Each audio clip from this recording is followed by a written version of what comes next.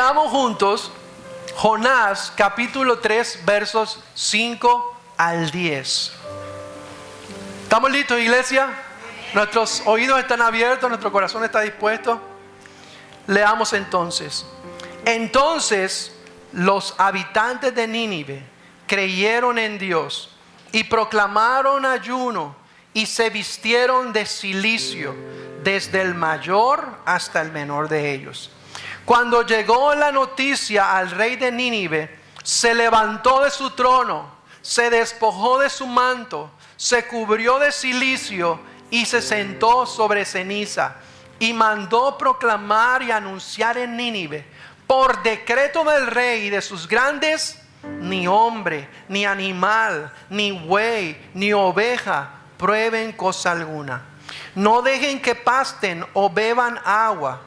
Cúbranse de cilicio hombres y animales y clamen a Dios con fuerza. Y vuélvase cada uno de su mal camino y de la violencia que hay en sus manos. ¿Quién sabe? Quizá Dios se vuelva, se arrepienta y aparte el ardor de su ira y no perezcamos. Cuando Dios vio sus acciones, que se habían apartado de su mal camino, entonces Dios se arrepintió del mal que había dicho que les haría y no lo hizo. Señor, estamos aquí, Señor, con corazones abiertos, dispuestos, deseosos, Señor, sabiendo que como tú obraste en Nínive y tú solo hiciste todas las cosas, Señor, tu palabra es suficiente en esta mañana para obrar en nosotros. No necesitamos más nada que tu palabra, Señor. Tu palabra es suficiente, Señor, y queremos abrir nuestros oídos y estar atentos a ella, Padre, en el nombre de Cristo Jesús. Amén. Amén.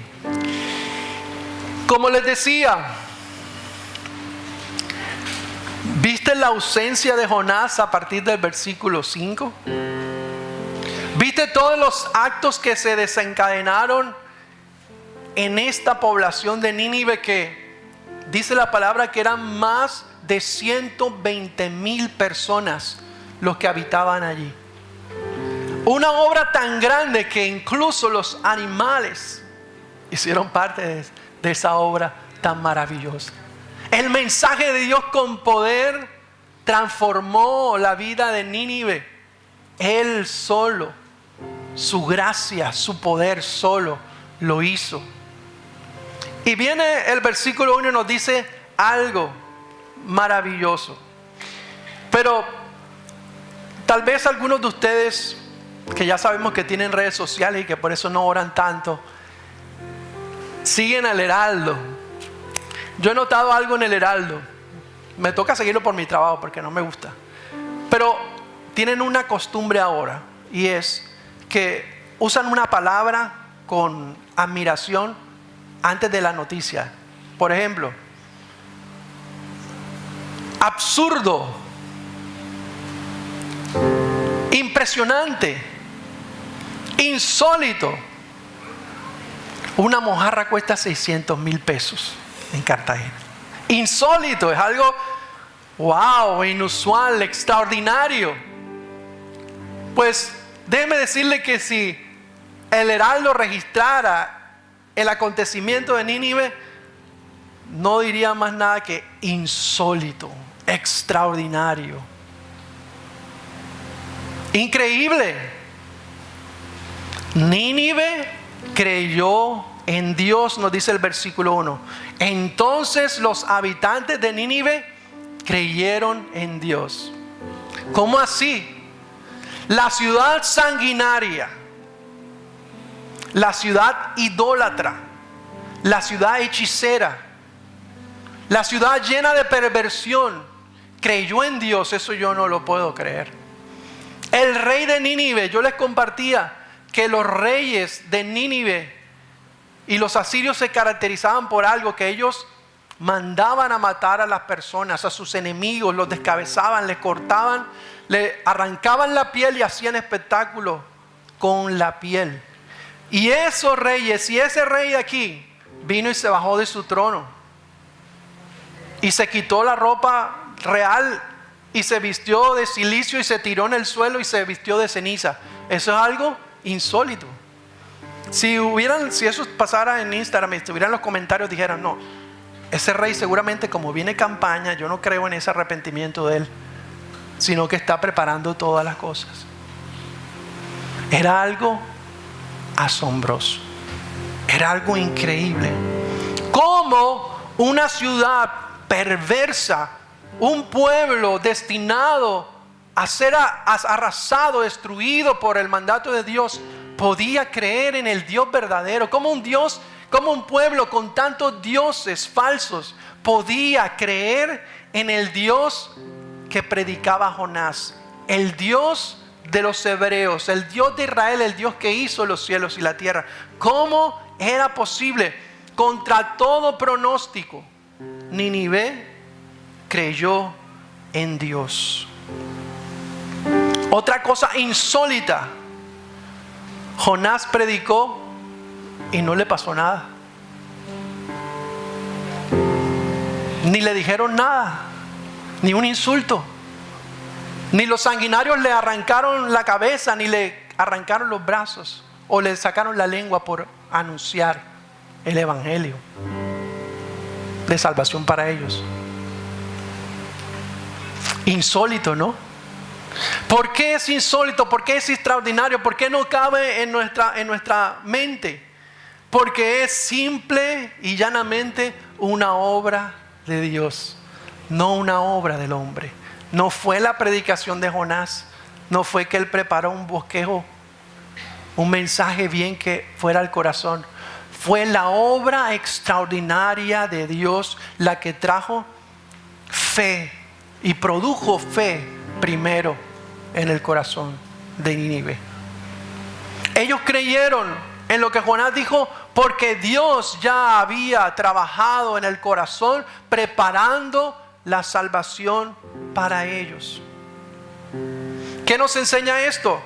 Que si Dios llama a algo específico es porque Él sabe lo que va a suceder. Dios le había dicho: anuncia a Jonás. Dios sabía que ellos se iban a arrepentir, y eso lo veremos en el capítulo 4.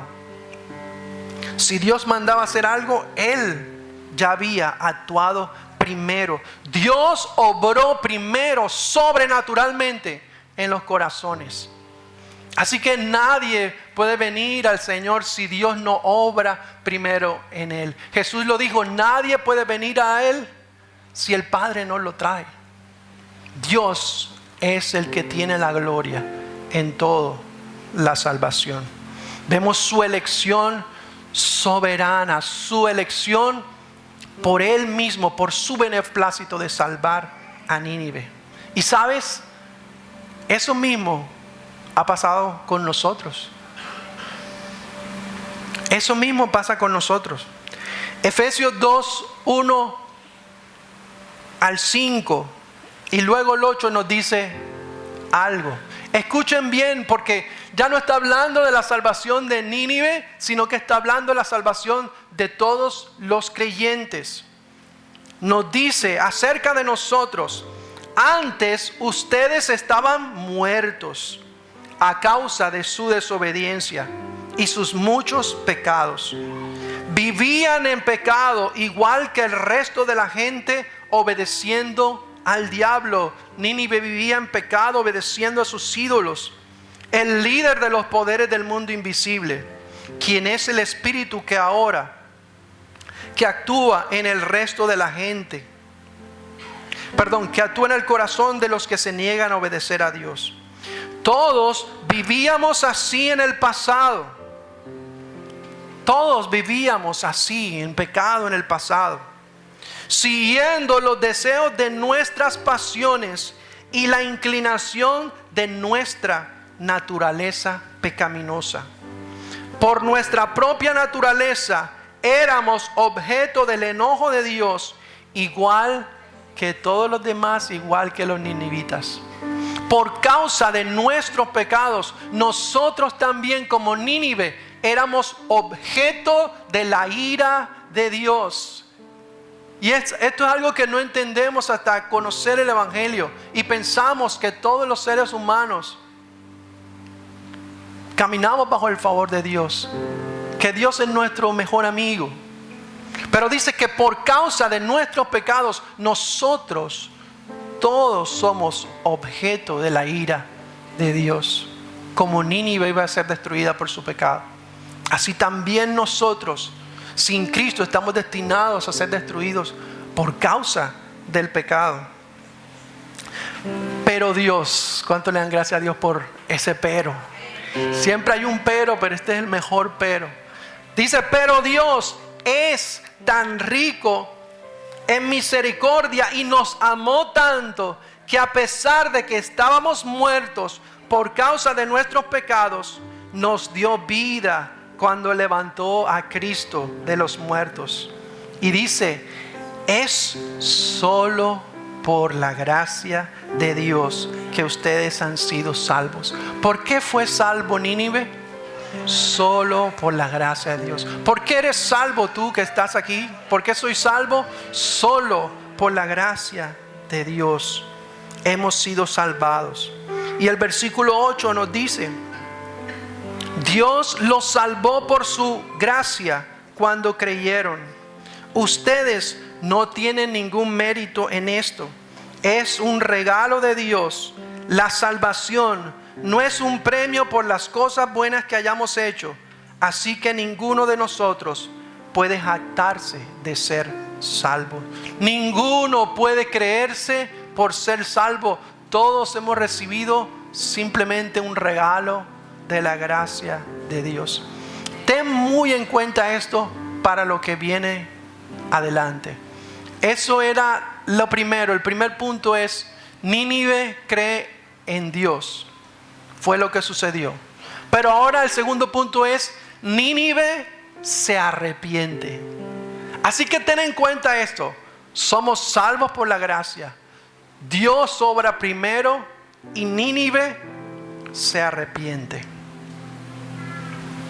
Es decir, no solamente Nínive creyó en Dios, sino que esa fe se manifestó en arrepentimiento. Queremos saber con exactitud qué es arrepentimiento, porque muchas veces pensamos en arrepentimiento y tenemos miles de ideas acerca del arrepentimiento. Pues aquí Jonás no te lo va a definir, te va a demostrar cómo es el arrepentimiento verdadero, porque eso fue lo que ellos experimentaron. El mensaje de Dios en Nínive produjo arrepentimiento, así no esté explícito ahí, Nínive se arrepintió, pero las obras de ellos nos muestran en efecto que ellos se arrepintieron, porque era necesario el arrepentimiento para el perdón de ellos. La fe que proviene de Dios, que obró en ellos, provocó convicción de pecado. Ellos sintieron su pecado y necesitaban el arrepentimiento. ¿Por qué es importante el arrepentimiento? Dice Proverbios 28:13: el que encubre sus pecados no prosperará, pero el que los confiesa y se queda en ellos alcanzará misericordia. El que los confiesa y los abandona alcanzará misericordia. También dice Hechos 3:19, hablándonos de que la fe tiene que manifestarse en arrepentimiento, y el arrepentimiento es necesario para el perdón. Nos dice: por tanto, arrepiéntanse y conviértanse para que sus pecados sean ¿qué?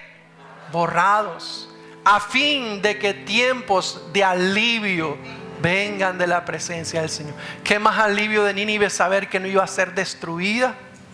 ¿Por qué? Porque se arrepintieron y Dios pudo perdonarlos, y eso lo vamos a ver más adelante.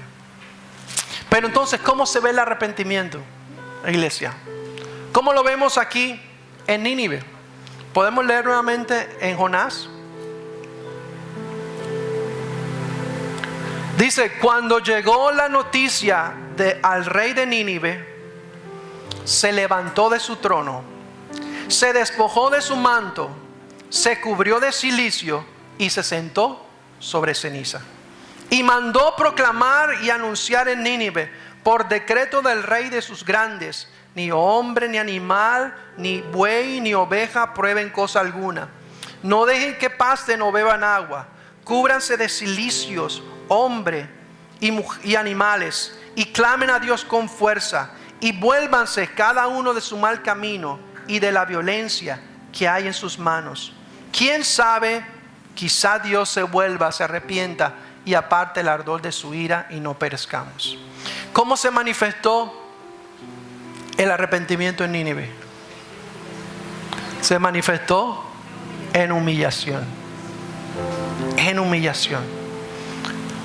Tenga esta imagen en su mente. El rey, de pronto con su corona, de pronto con su bata de seda de color púrpura, sentado en su trono. Al llegar el anuncio de Dios, al llegar el mensaje de Dios, dice que él se levantó del trono, se bajó del trono,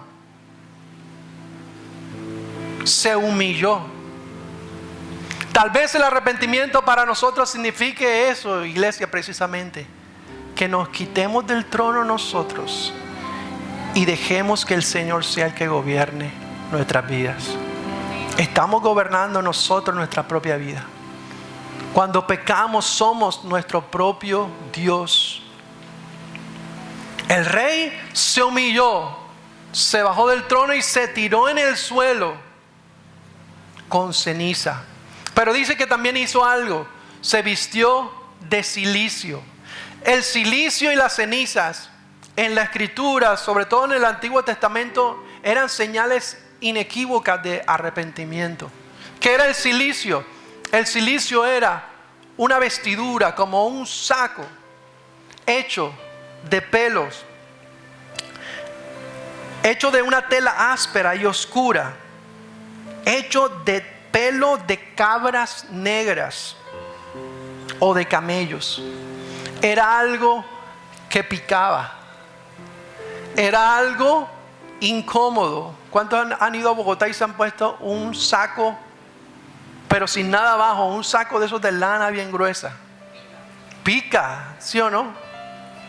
Es incómodo. Era algo, una señal de duelo, una señal de dolor, una señal de quebrantamiento, de lamento, de vergüenza. Y lo más asombroso, iglesia, es que era una señal externa. Es decir, cuando tú te ponías el cilicio y te ponías en ceniza, estabas demostrándole a todo el mundo que tú habías pecado. ¡Qué humillación! ¿Cuántos de nosotros ponemos fachadas todo el tiempo para que no vean nuestro pecado? Pero ellos se arrepintieron, se humillaron, mostrando a todos que ellos estaban pecando contra Dios. Y la ceniza, ¿qué nos recuerda? Simplemente nuestro origen y nuestro destino. Del polvo venimos y al polvo todos nosotros, por musculosos que seamos, por sanos, porque comamos sano, hagamos ejercicio, todos al polvo vamos a volver. Está recordándonos, hey, no somos más que polvo. No somos nada.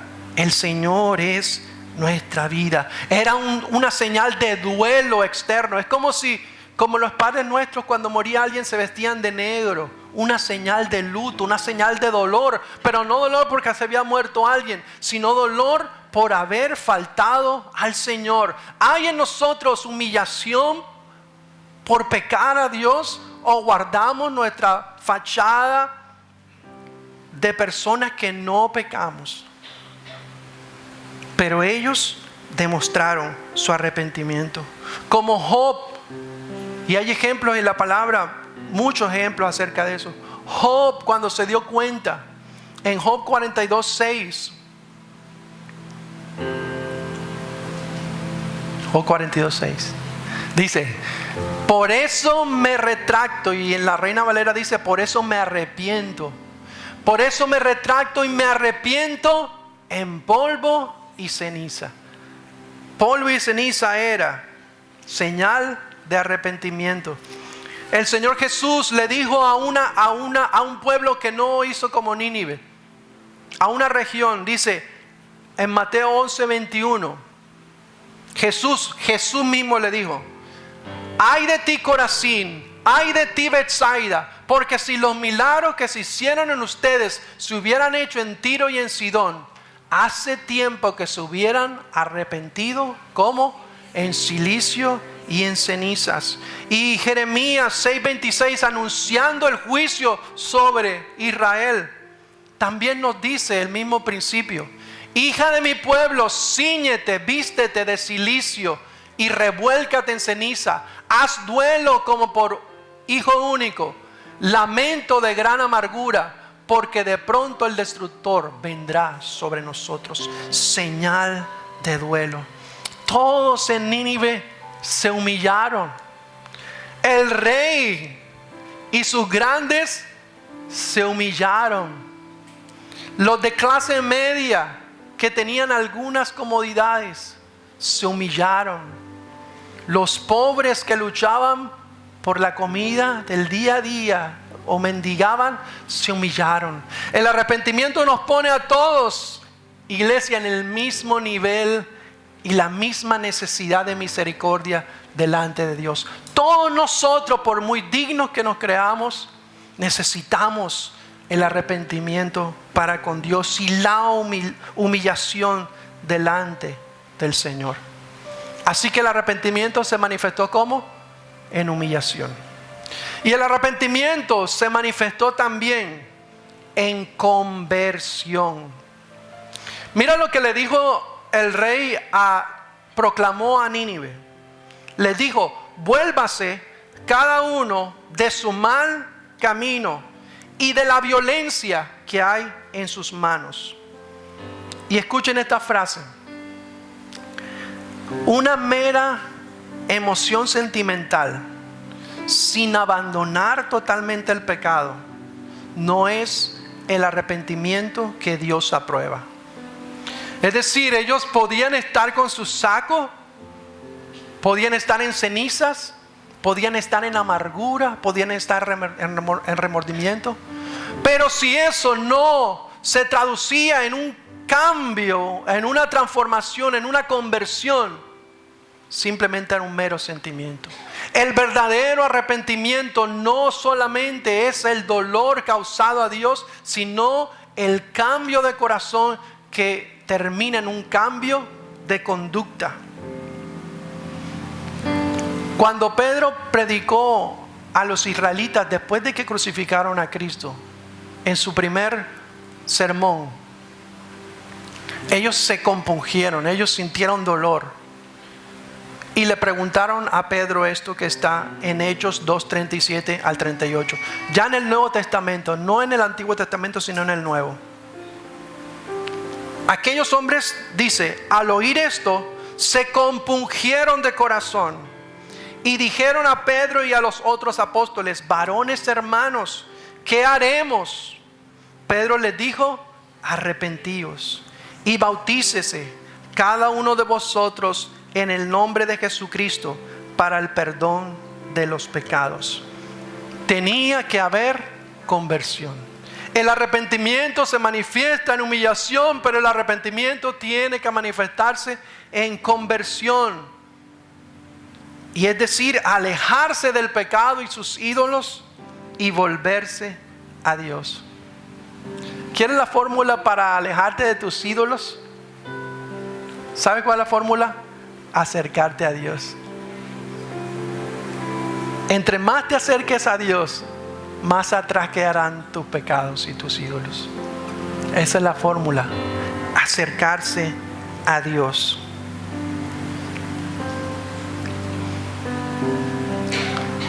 Nínive dio fruto de su arrepentimiento. Tal como Zaqueo en Lucas 19:8. Vemos esto mismo, la conversión En Lucas 19:8 dice, y Zaqueo, después que Jesús entró a su casa, que lo llamó, dice, y Zaqueo puesto en pie dijo al Señor, he aquí, Señor, la mitad de mis bienes daré a los pobres. Y si en algo he defraudado a alguno, se lo restituiré cuadruplicado. ¿Se acuerdan de Zaqueo? ¿Cuál era su labor? Él trabajaba en la DIAN. En la DIAN de ese entonces. Y al llegar Jesús, al sentir la convicción de pecado, porque ellos tenían mala fama por robar, por cargar a su pueblo con los impuestos, él dijo, la mitad de mis bienes daré a los pobres. Un cambio. Su ídolo tal vez antes era el dinero, pero ahora él dijo, la mitad de mis bienes lo daré a los pobres. Y si en algo he defraudado a alguno, lo restituiré cuadruplicado. Una conversión, un cambio. Dijo, creo que es el pastor Rubén Pana, porque lo colocó en Facebook, hasta que él diga lo contrario. Pero él dijo lo siguiente: el arrepentimiento es el divorcio entre el alma y el pecado. El arrepentimiento es el divorcio, la separación entre nuestras almas y el pecado. Pongamos lo que pasó en Nínive en nuestro contexto. Lo que sucedió en Nínive fue tan glorioso que, trasladado a nuestra realidad aquí en Barranquilla, es como si cerraran todos los bares, los estaderos y prostíbulos. Como si el borracho que maltrata a su esposa dejara de hacerlo y comenzara a amarla. Como si el ladrón en moto dejara de robar celulares y comenzara honestamente a trabajar de mensajero. Como si el sicario lavara en inocencia sus manos. Como si los gobernantes dejaran de buscar su propio beneficio económico y pensaran en su pueblo. Como si el que extorsiona al comerciante restituyera lo que robó y devolviera hasta el último peso. Como el abusador, asqueado de su pecado, abandonara por siempre su lujuria y maldad. Como si el adúltero dejara a sus amantes y honrara el voto que hizo con su esposa. Como si el que fornica despreciara su lujuria y se guardara para el momento del matrimonio. Como si el que tomó prestado a alguien pagara a su acreedor. Oh, qué glorioso sería un avivamiento así en nuestros días.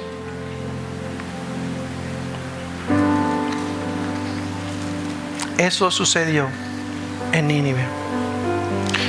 ¿Cómo más se manifiesta el arrepentimiento? Primero se manifiesta como humillación, luego conversión, pero también se manifestó de una forma que me llamó mucho la atención: en oración. Escúchalo, en oración. El rey le dijo al pueblo en Jonás 3: y clamen a Dios con fuerza. Clamen a Dios con fuerza. Es decir, una oración con clamor, con pasión, con vehemencia. Señal de arrepentimiento en nuestras vidas es una vida de oración. ¿Sabes? Hay mucha gente que habla de avivamientos y hemos escuchado mucho de avivamientos, pero los verdaderos avivamientos en la historia de la iglesia han estado caracterizados por la oración. Han estado caracterizados porque la gente deja su pecado y comienza a vivir en justicia. Hay muchos avivamientos fabricados de emociones solamente, con énfasis en las señales y en lo sobrenatural. Pero lo más sobrenatural, iglesia, es el cambio de un pecador. Es lo más maravilloso, lo más grande. Nínive se volvió en oración. ¿Cómo está tu vida de oración, iglesia? ¿Es tu oración el último recurso cuando algo va mal? ¿O es tu oración algo valioso de tu tiempo? ¿Es lo primero que haces o es lo último que haces?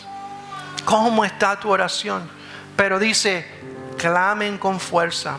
Isaías 55, 6 y 7 dice este famoso pasaje: buscar al Señor mientras puede ser hallado, llamadle, clamar, es el mismo verso de clamaron con fuerza. Clamen en tanto que está cerca, oren a Dios. Abandone el impío su camino y el hombre inicuo sus pensamientos y vuélvase al Señor. Todo está ahí, iglesia. Oración en el clamor.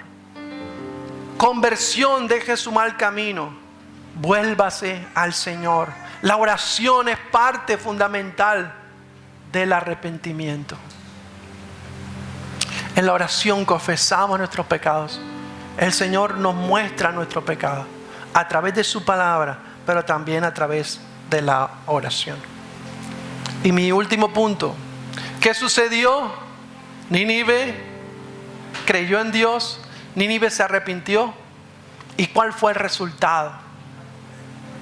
Nínive recibe, ay, que me están allá, hermano, me está adelantando el mensaje.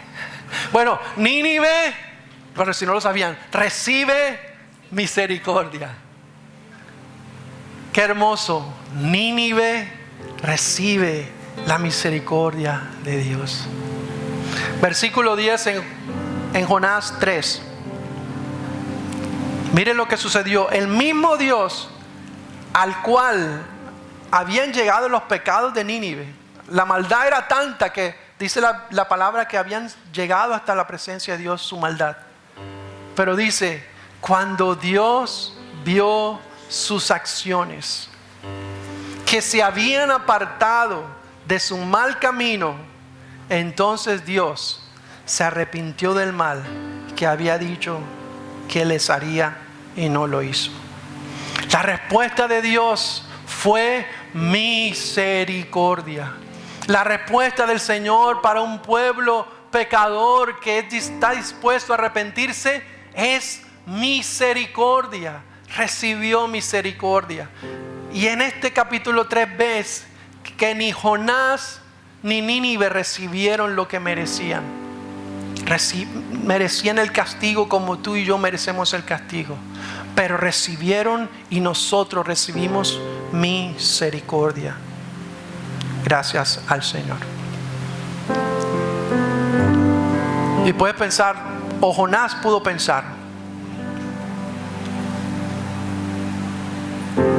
que el hecho de que ellos se arrepintieran hizo de Jonás un falso profeta. ¿Sabes? Una de las señales de que en la palabra un profeta era un profeta de Dios era que lo que ellos anunciaban se cumplían. Si la palabra no se cumplía, simplemente era una imaginación de él. Pero quedó entonces en evidencia de que Jonás era un falso profeta. No, solo obró la misericordia de Dios. Y Dios obró conforme a su propia palabra. Jeremías 18, 7 al 8 nos lo dice. Dios era consecuente con su palabra. Él dijo, en un momento yo puedo hablar contra una nación o contra un reino, de arrancar, de derribar y de destruir. Pero si esa nación contra la que he hablado se vuelve de su maldad, me arrepentiré del mal que pensaba traer contra ella. Jonás no era un falso profeta. La gracia de Dios obró en Nínive. Y sabes, hay algo triste y también una advertencia para nosotros. Y quiero que consideres esto. Sin embargo, unos 150 años, el juicio vino sobre Nínive. Pero no la Nínive que creyó en Dios, sino la Nínive que se volvió a sus malos caminos.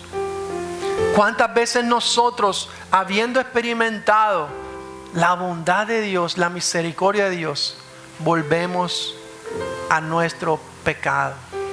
¿Cuántas veces somos tan obstinados, tan cabeza dura, que volvemos a nuestro pecado.